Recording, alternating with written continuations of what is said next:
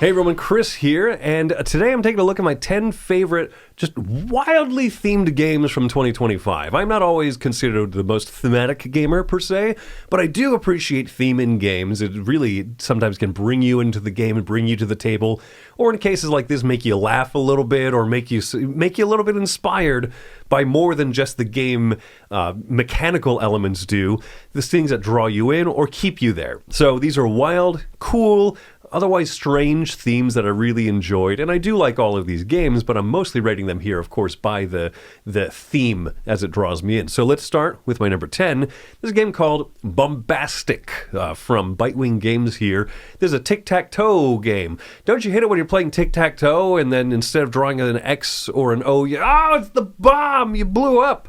That's the premise of Bombastic. You have face-down tiles, you're trying to find your X's, I'm trying to find the O's, but you also don't want to reveal the bomb. There's some little action cards you can play to peek around. Otherwise, you're trying to line up 3 of your own tiles, flip them over, and reveal them to win. I just love that. The explosion, everyone feels dumb when they flip over the bomb. Love it. Thanks for bringing bombs into tic-tac-toe. Number 9 for me, I made you a mixtape. This is Mike DeLisio's game, Mike and Dan Hughes' game about making mixtapes, of course. If you've done this before, you know why this is such a cool theme and such a cool way of putting this into a card game where you're sitting there going, oh, okay, well, I really want to try to keep this kind of collection going. I really want to make this mixtape, but I wasn't really expecting to put the Ramones on this on this side of the tape, but it actually kind of fits pretty well. I really like that, and the idea of trying to make a good flow of songs as you're doing different types of set collection stuff. Cool theme. And just having the names of those songs and seeing that and everything and just imagining that in your head, it really keeps you invested in the game, or like I said, might even just bring you in because, hey, you like making mixtapes. Number 8, pipoca. Pipoca. I'm not sure how to pronounce it, but pipoca. This is the Brazilian or Portuguese word for popcorn, I believe. This is a little card shedding game for only 2 players, and this is one of those types of games where as you play cards out, if you don't win the climb or the shed of cards with them, they go back in your hand, but they increase. And the idea is that as the popcorn is bouncing around in the pot or the microwave more, it's starting to pop. It's starting to get bigger. And so your cards are worth stronger, better values. And you're trying to empty your hand first, but you don't mind necessarily when you lose because your cards rotate or they flip over and they become better values. What a cool way to use this type of mechanism that we've seen in plenty of other games, but actually put a fun, cute theme to it. So Pipoca, I think, does a great job. And that's why it's number 8. Number 7, undoubtedly discussed a lot here on the channel. This is Spooktacular. I think that this brings a ton of theme to the game. In fact, I think the game really rides on that theme. I think mechanically it's fun. It's a fun game. But the idea of, don't you hate it when you're in the movie theater and all of a sudden, the horror monsters come to life and start trying to eat all the theater goers?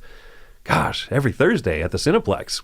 So that's exactly what's going on. Everyone is an asymmetric character playing out actions, trying to spook and scare and eat, at least in my headcanon, eat all the different colored attendees, the different colored meeples there in the movie theater. Come on, great theming. Number 6, rigor roulette.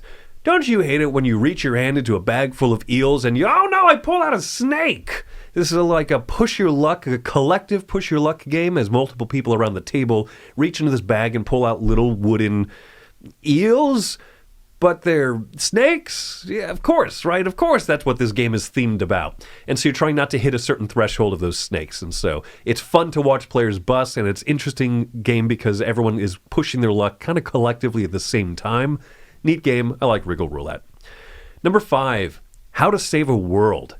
Don't you hate it when you're trying to build your space laser to destroy an asteroid that's trying to destroy the planet and you miss? You just, you whiff. Not a time to miss your shot here. But that's what How to Save a World is. This is a worker placement game where you're trying to build up a space laser or you're trying to build a planetary shield. And if neither of those things work, just fly off of the Earth. That'll be okay. So you're trying to invest in these 3 different tracks and score the most points by being the person that saves the most human life. Kooky theme, great artwork, great way of integrating into the game. I like this one.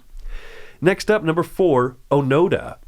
Onoda is a historical game. Don't you hate it when you're fighting in World War II and you don't realize that the war's been over for over 20-something years and you're still fighting it?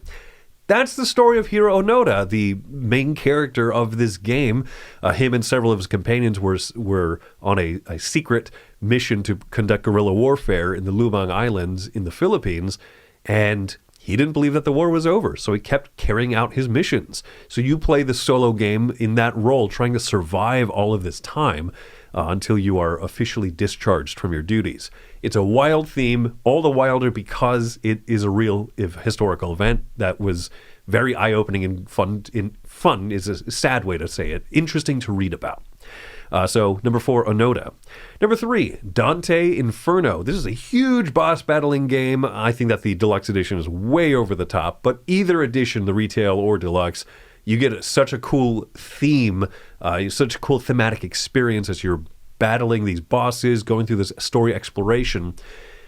And, as much as Dante Alighieri in his poem had difficulty even just being able to bear the difficulties of the underworld and its many, many circles of hell, you are just punching your way right through them in this game. It's wild. You're like, hey, look, there's Cerberus, the 3-headed demon that guards the demon dog that guards, the 8th circle of hell. I'm going to punch him. I'm going to force my way in. And that's what this game is. It has a ton of story that is revealed as you play through it. You get to know your characters. Really well done. Cool theme. Number 2, Hot Streak. Of course, this is one of the weirdest, wackiest themed games that came out this year. You were watching mascot races. The guy in a hot dog costume trips over the guy in the fish costume, and then the guy in the bear costume runs over and decks him in the face and accidentally knocks him out. And all the while, everyone's laughing because they bet on the bear winning the race. What a great experience. What a great game. Never had this one fail. And it works so well because it's the wackiest theme, which is one of the wackiest themes out there. But there is one more. My number 1 pick is actually Cretaceous Rails. I think that this is the strangest thing. Just humans invented time travel. Why? So that we could build rail networks that connect to dinosaurs. So that we can both take guests out there to see the dinosaurs, but also so we could steal the dinosaurs and bring them on home. Why? To make our cards score more points. What exactly are we trying to accomplish as these corporations? Score a lot of points. No, we're trying to, be the most profitable, but there's tons of ways to, there's like nice tension points and stuff in this. But I just love the fact that we built time travel, and the first thing we thought is how do we make dinosaurs profitable? And that's exactly what this game is. Hilarious, an amazing game on top of a hilarious theme. So anyway, I think that these are my 10 favorite wild, cool, strange, or otherwise delightful themes of games from 2025. Thanks for watching, folks. I'm Chris Yee. Take care.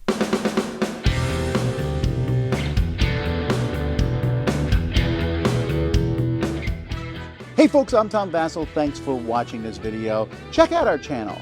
We have a lot of videos on our channel. We have live videos that go up each week, from live Q&As to videos where we take a look at the newest stuff on Kickstarter, crowd surfing, to top 10 lists and more. There's lots of stuff on this channel. We encourage you to explore it. You can find out more at our website, dicetower.com. I'm Tom Vassell. Thanks for watching another video on the Dice Tower.